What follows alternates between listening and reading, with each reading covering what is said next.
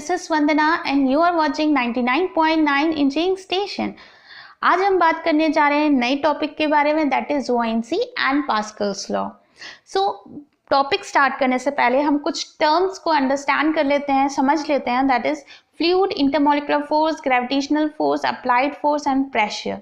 ये क्या होते हैं? फ्लूइड्स जो होते हैं, मे बी हम एयर को, वाटर को फ्लूइड कह सकते हैं, फ्लूइड कहते हैं, दोनों ही कंसीडर करते हैं फ्लूइड में, जो क्योंकि वो फ्लो कर सकते हैं। इंटरमॉलिक्यूलर फोर्स जो होता है किसी भी एडजेसेंट पास वाटर मॉलिक्यूल्स के सेंटर का डिस्टेंस से जो फोर्स ऑफ अट्रैक्शन लग रहा है उसको कहते हैं इंटरमॉलिक्यूलर फोर्स। ग्रेविटेशनल फोर्स जो होता है वो always downward to direction applied होता है। अप्लाइड फोर्स किसी भी चीज़ के ऊपर, किसी भी एलिमेंट के ऊपर हम कोई फोर्स अप्लाई कर रहे हैं उसको हम अप्लाइड फोर्स कहते हैं। और प्रेशर मैं आपको पहले ही एक्सप्लेन कर चुकी हूँ, that is force per unit area. ठीक है, अब बुओयंसी टॉपिक समझने के लिए हम पहले इसको पिक्टोरियल फॉर्म में अंडरस्टैंड करते हैं वाटर मॉलिक्यूल्स के। ठीक है, ये हमने कंसीडर किया, ये हमारे 5-6 वाटर मॉलिक्यूल्स हैं। ठीक है, वाटर मॉलिक्यूल्स, ये दो एलिमेंट्स को हमने, एडजेसेंट एलिमेंट्स को हम कंसीडर कर रहे हैं, जिसका सेंटर टू सेंटर डिस्टेंस को हम कहेंगे इंटरमॉलिक्यूलर स्पेसिंग और इंटरमॉलिक्यूलर डिस्टेंस। और जो ये सेंटर टू सेंटर इन पे जो फोर्स पड़ रहा है उसको हम कह रहे हैं इंटरमॉलिक्यूलर फोर्स। ठीक है, ये वाटर मॉलिक्यूल्स को मैंने WM से प्रेजेंट किया है। अब हम क्या कर रहे हैं, वाटर मॉलिक्यूल्स के अंदर हम एक सॉलिड एलिमेंट को इंसर्ट कर रहे हैं। नेक्स्ट आप फिगर में देखिए, ये सारे वाटर मॉलिक्यूल्स हैं, ये सॉलिड एलिमेंट है, हमने क्या किया, इसके अंदर इंसर्ट किया। तो पहले क्या करेंगे, वाटर मॉलिक्यूल्स इतने अच्छे तरीके से बॉन्डिंग में है इंटरमॉलिक्यूलर फोर्स की वजह से, तो वो अपनी स्टेबिलिटी रिड्यूस नहीं करना चाहते, तो वो क्या करेंगे, पहले सॉलिड एलिमेंट को तो घुसने ही नहीं देंगे, जाने ही नहीं देंगे अपने अंदर। अब जाने नहीं देंगे तो क्या होगा, ये और अपने प्रेशर अप्लाइड करेंगे, सॉलिड अपना वेट का प्रेशर अप्लाइड करेगा और फाइनली वो वाटर मॉलिक्यूल्स के अंदर आ जाएगा। अब अंदर आ तो गया है, अब क्या करेगा, अब ये वाटर मॉलिक्यूल्स जो हैं अनस्टेबल हो जाएंगे और वो क्या करना चाहेंगे, सॉलिड एलिमेंट को अपने अंदर में से रिमूव करना चाहेंगे। अपने अंदर से रिमूव करना चाहेंगे तो वो क्या, एक फोर्स अप्लाई करेंगे, किसके ऊपर, सॉलिड बॉडी के ऊपर, सॉलिड एलिमेंट के ऊपर। और ये फोर्स जो है वो अपने चारों तरफ से अप्लाई करेंगे। इनको ये समझ में नहीं आता कि अगर मैं चारों तरफ से अप्लाई करूँगा, वाटर मॉलिक्यूल्स चारों तरफ से फोर्स अप्लाई करेगा सॉलिड के ऊपर, तो वो स्टेबल हो जाएगा, उसी जगह स्टिक हो जाएगा, लेकिन वो रिमूव नहीं हो पाएगा। अगर वो एक डायरेक्शन में करते तो ये सॉलिड यहाँ से यहाँ रिमूव हो जाता, या डाउनवर्ड से अपवर्ड करते तो ये सॉलिड एलिमेंट क्या वापस बाहर चला जाता। लेकिन ये अपने आप को समझा नहीं पाते हैं और ये क्या करते हैं, वाटर मॉलिक्यूल्स चारों तरफ उस सॉलिड के फैल जाता है और चारों तरफ से एक फोर्स अप्लाई करता है, उस फोर्स को हम बोलते हैं बुओयंसी फोर्स। ठीक है, अब नेक्स्ट फिगर में आप देखिए कि अप्लाइड फोर्स, जो सॉलिड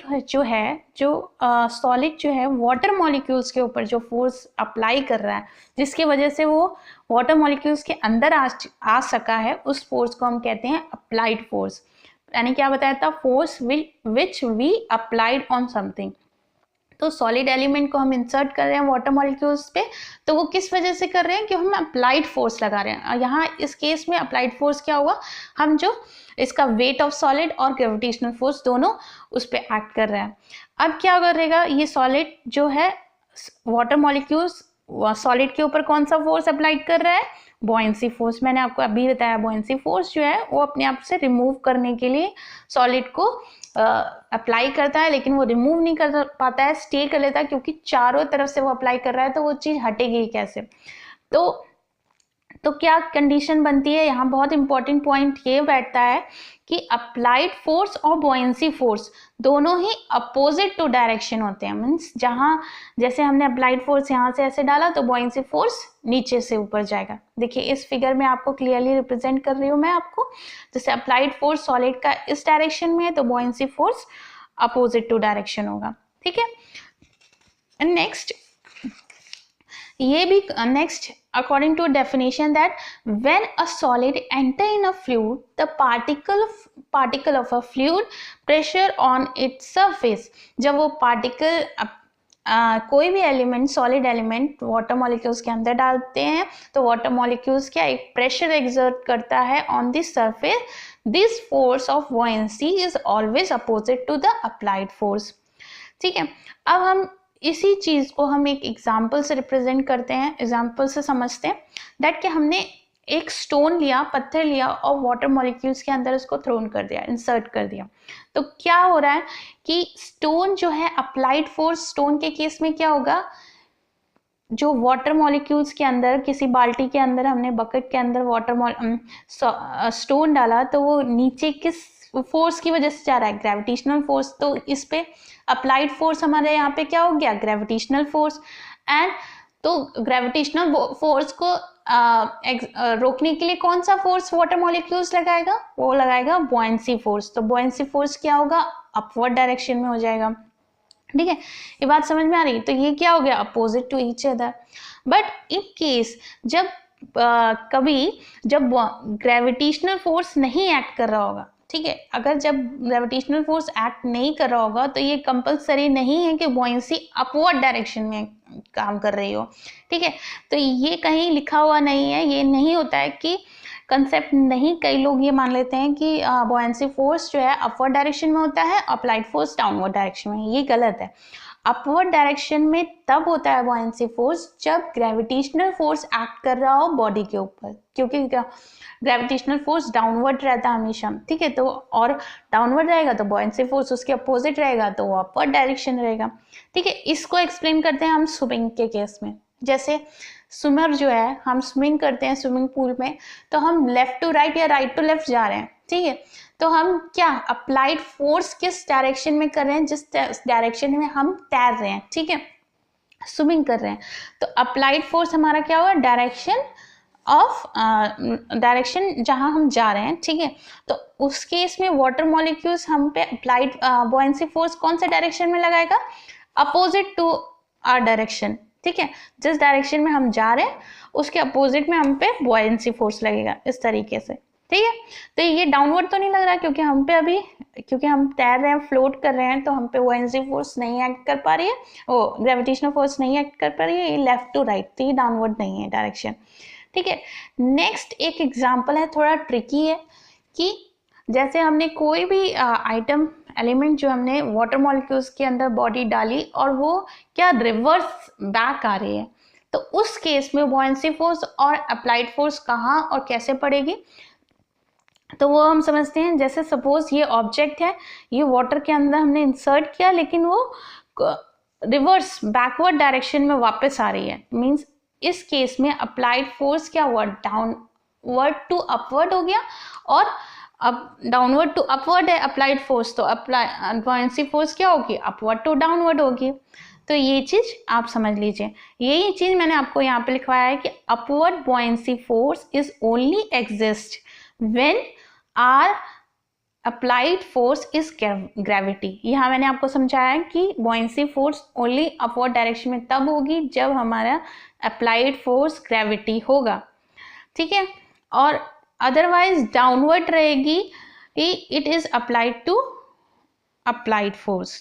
ठीक है, अब इन सब चीज़ों से हमें ये समझ में आता है, ये हमने डराइव किया कि बुओयंसी फोर्स जो है equal in magnitude in all direction. Buoyancy force जो आता है वो इक्वल इन मैग्नीट्यूड, जैसे हम यहाँ पे ये बॉडी थी और यहाँ पे मॉलिक्यूल सब इंसर्ट हो गए, तो ये सब क्या इक्वली मैग्नीट्यूड से फोर्स अप्लाई कर रहे हैं इस बॉडी के ऊपर. ठीक है, तो बुओयंसी फोर्स जो है वो equal in all direction in respect to the magnitude. फिर force of buoyancy act normal to the direction to the surface. जो भी ये बुओयंसी फोर्स होते हैं वो normal to the surface act करती हैं. तीसरा है act at every point which is connected contact with each is in contact. Means यहाँ से भी ये मॉलिक्यूल्स यहाँ पे सॉलिड से कॉन्टैक्ट में है, तो इसका नॉर्मल पे ये प्रेशर यहाँ अप्लाई करेगा. ये मॉलिक्यूल्स इस यहाँ पे सॉलिड एलिमेंट के कांटेक्ट में, तो ये अपने नॉर्मल पे प्रेशर अप्लाई करेगा. मीन्स कि ये एवरी पॉइंट जहाँ जहाँ कांटेक्ट में है वो प्रेशर अप्लाइड करेगा। अब इन तीनों पॉइंट को समराइज करके ब्रीफ में पास्कल्स लॉ ने एक्सप्लेन किया है। ठीक है, तो यही है आपका पास्कल्स लॉ कि प्रेशर जो है ऑल द डायरेक्शन में इक्वल डिस्ट्रीब्यूट करता है। मींस पास्कल्स लॉ समझने के लिए आपको बुओयंसी पढ़ना बहुत ज़रूरी था। नेक्स्ट, अब हमारे पास कंसेप्ट आता है कि बुओयंसी फोर्स हम पे कितना पड़ रहा है। पास्कल लॉ के डेफिनेशन पे जाएं तो पास्कल लॉ क्या होता है, it is state that the pressure और intensity of a pressure at a point in a static fluid is same in all direction. ठीक है, फिर से समझिए कि प्रेशर और intensity of pressure at a point in a static fluid is same in all direction. जैसे हमने ये ट्रायंगुलर एलिमेंट लिया है, ठीक है, तो ये डिस्टेंस इसका dx है, ये dy है डायरेक्शन में, dz डायरेक्शन में। ठीक है, तो प्रेशर अप्लाइड कर रहे हैं, कौन से डायरेक्शन में कर रहे हैं, x डायरेक्शन में, तो प्रेशर कौन सा होगा, px होगा, which is normal to the surface. Again यहाँ से हम लोग अप्लाई कर रहे हैं y डायरेक्शन में, तो प्रेशर कौन सा होगा, py होगा। अब यहाँ से pz, लेकिन ये सबके मैग्नीट्यूड जो होते हैं प्रेशर के, तो वो क्या होंगे, इक्वल हो गए according to the Pascal law. ठीक है, नेक्स्ट हम आते हैं कि बुओयंसी फोर्स कितना अप्लाई कर रहा है फ्लूइड सॉलिड एलिमेंट के ऊपर। ठीक है, तो कितना कर रहा है, force of buoyancy exerted by the fluid is equal to the weight of the fluid displaced. मतलब जितना बुओयंसी फोर्स लिक्विड जो है सॉलिड के ऊपर उतना बुओयंसी फोर्स अप्लाई कर रहा है जितना कि सॉलिड एलिमेंट फ्लूइड को डिस्प्लेस कर रहा है। ठीक है, सपोज ये हमने एक बकेट लिया है, उसमें हमने ये सॉलिड एलिमेंट डाला, तो इतना डिप हुआ, सपोज 1 ग्राम लिक्विड रिमूव हुआ, तो 1 ग्राम फोर्स किस पे, सॉलिड पे लिक्विड वाटर मॉलिक्यूल अप्लाई कर रहा है। इसी तरीके से वेट ऑफ फ्लूइड कितना हो गया, mf, मास को हम रिप्रेजेंट कर रहे हैं mf से फ्लूइड की, तो mfg, तो वही फोर्स जो वेट हुआ, वेट ऑफ फ्लूइड हुआ, वही जो डिस्प्लेस हुआ वही हुआ हमारा फोर्स हुआ, तो mf को हम रो इंटू वी लिख सकते हैं, तो वो क्या, density of liquid into volume into जी।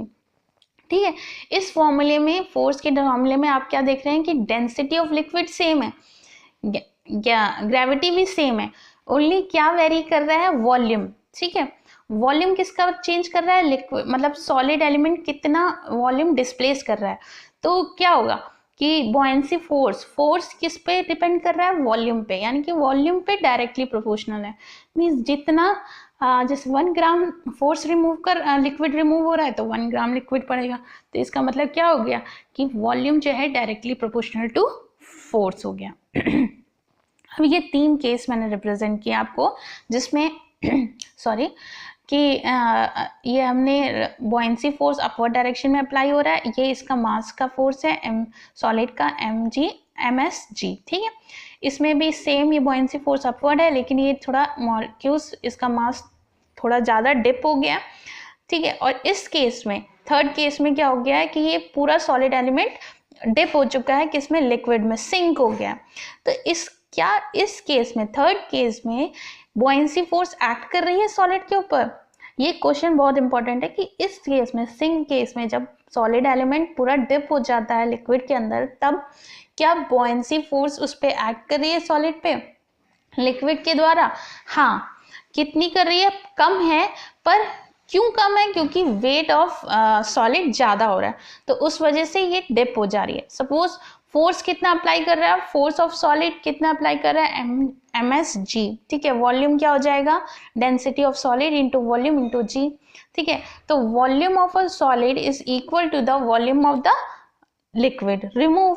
सो इस केस में density of a solid is greater than the density of liquid है, इसलिए वो सिंक वाली कंडीशन अप्लाई हो रही है। ठीक है, इस केस में और ये है बुओयंसी फोर्स कम है वेट ऑफ द लिक्विड पे अप्लाइड फोर्स से, इसलिए ये सिंक हो रहा है।